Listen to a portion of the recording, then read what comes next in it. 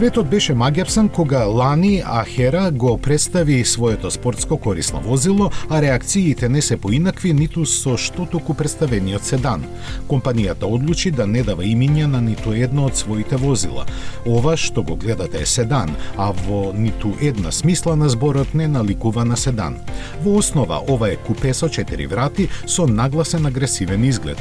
Тој ќе биде ривал на Porsche Taycan, можеби уште подраматичен во својата појава. Иако постојат јасни сличности помеѓу теренецот и седанот, тие јасно се разликуваат во својата појава.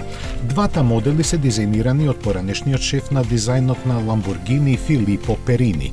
Лесно е да се предпостави дека седанот ќе има иста батерија како и теренецот од 120 киловат-часови и ќе има автономија од 800 километри. За жал, Аехра не ја открив натрешноста на седанот, но би требало да има огромен инфозабавен систем што се протега низ целата ширина на контролната табла за да го претвори автомобилот во кино на тркала.